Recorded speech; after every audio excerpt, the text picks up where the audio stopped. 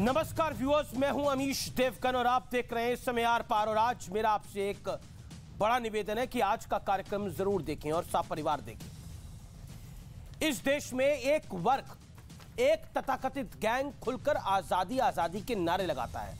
इसलिए आज मैं भी आजादी का नारा लगा रहा हूं, इस मुद्दे को उठा रहा हूं। हमें चाहिए आजादी, कट्टर सोच से आजादी, संविधान से ऊपर वाली शरिया वाली मानसिकता से आजादी, कानून को चुनौती देने वाले तंत्र से आजादी। यह आजादी देश के लिए बड़ी आवश्यक है और बड़ी जरूरी है, क्योंकि हिजाब को लेकर जो कट्टरता सामने आई है वो पूरे देश को झकझोर देने वाली है। जिन जजों ने हिजाब के मुद्दे पर फैसला सुनाया था उन्हें जान से मारने की धमकी दी गई। इन जजों को वाई कैटेगरी की सुरक्षा देनी पड़ी है। इस मामले में रहमतुल्ला और जमाल मोहम्मद उस्मानी को पुलिस ने अरेस्ट कर लिया है, गिरफ्तार कर लिया है।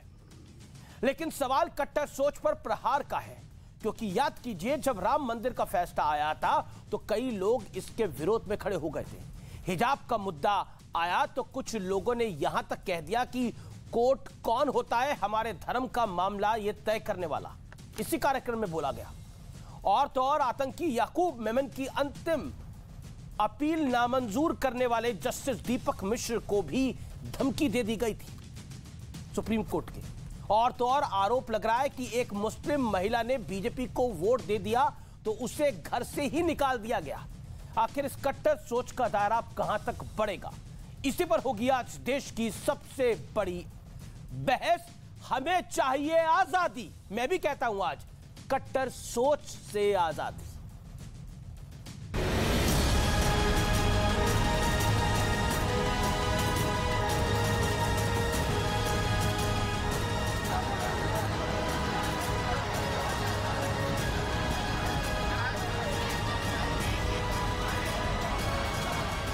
ಈಗಿರೋ ಸೆಕ್ಯೂರಿಟಿಯನ್ನು ಹೆಚ್ಚಿಸಬೇಕು, ವೈ ಕ್ಯಾಟಗರಿ ಸೆಕ್ಯೂರಿಟಿಯನ್ನು ಕೊಡಬೇಕನ್ನುವಂಥ ಒಂದು ತೀರ್ಮಾನವನ್ನು ಕೂಡ ನಮ್ಮ ಸರ್ಕಾರ ಮಾಡಿದೆ।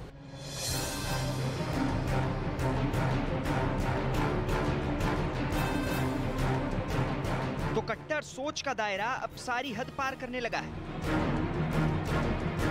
हिजाब पर फैसला सुनाने वाले कर्नाटक हाईकोर्ट के जज को जान से मारने की धमकी दी गई, जिसके बाद उन्हें वाय श्रेणी की सुरक्षा देनी पड़ी है। जजों को धमकी के मामले में कोवई रहमतुल्ला और जमाल मोहम्मद उस्मानी को पुलिस ने गिरफ्तार कर लिया है।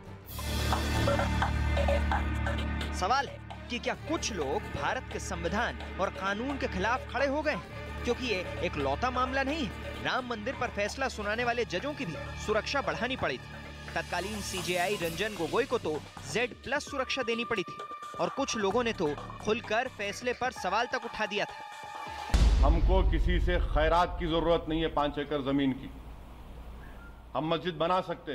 मुल्क जो है अब हिंदू राष्ट्र के रास्ते पर जा रहा है। ये भी एक हकीकत है कि क़यामत तक बाबरी मस्जिद जहाँ थी वहीं रहेगी, चाहे वहाँ पे कुछ भी बन जाए। वो मस्जिद थी, मस्जिद है, मस्जिद ही रहेगी।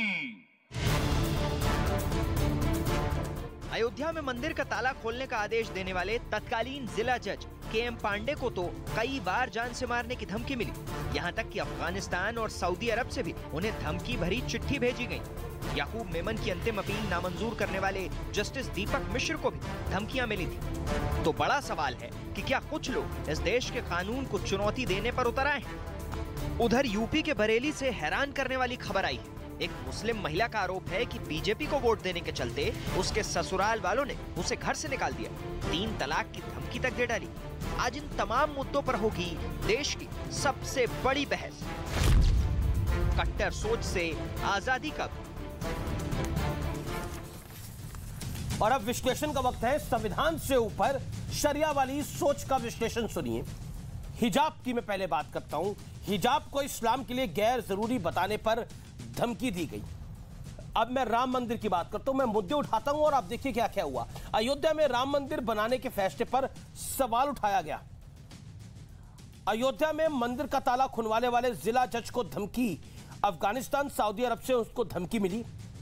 आतंकी याकूब मेमन, अंतिम अपील नामंजूर करने वाले जज दीपक मिश्र को धमकी दी गई। याकूब मेमन एक आतंकवादी था और इस देश में नारे भी लगते हैं, अफजल हम शर्मिंदा है, तेरे कातिल जिंदा है, यानी सुप्रीम कोर्ट को कातिल मानते हैं ये लोग। इसीलिए वो जो आजादी वाले नारे हैं ना, वो देश की अखंडता के लिए बड़ा खतरा है। कन्हैया कुमार जैसे लोग देश की अखंडता के लिए बड़ा खतरा है। आतंकी मकबूल भट्ट, मौत की सजा देने वाले जज नीलकंठ गंजू की हत्या, आतंकी यासीन मलिक ने हत्या की बात को कबूल भी किया था। यासीन मलिक को बाद में प्रधानमंत्री कार्यालय में डॉक्टर मनमोहन सिंह के कार्यकाल के दौरान बुलाया भी गया था। यानी सोचिए, नीलकंठ गंजू ने एक आतंकी को सजा दी, मकबूल भट्ट को, लेकिन अंजाम उसका भुगतना पड़ा। यह है कट्टर सोच। मेरे साथ बात करने के